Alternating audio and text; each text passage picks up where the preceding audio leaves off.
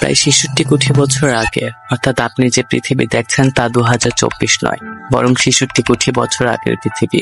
একটু কাছ থেকে দেখা যাক। সেই সময় পৃথিবীতে এই বিশাল ডাইনোসরদের রাজত্ব ছিল। তার প্রায় ১৫ কোটি বছর এই পৃথিবীতে বসবাস করে।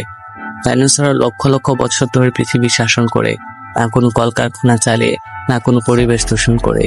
তাই পৃথিবী তখন সবুজ এবং পরিবেশ দূষণ মুক্ত ছিল। সমস্ত ডাইনোসররা তাদের জীবন নিয়ে খুশি ছিল এবং খাবারের সন্ধানে তারা বনে হাঁটত। কিন্তু এত সুন্দর পরিবেশ থাকা সত্ত্বেও প্রকৃতি মনে অন্য কিছু ছিল। একসময় মাউন্ট এভারেস্টের মতো বড় একটি অ্যাস্টেরয়েড ডাইনোসরদের বিনাশের কারণ হয়ে আসে।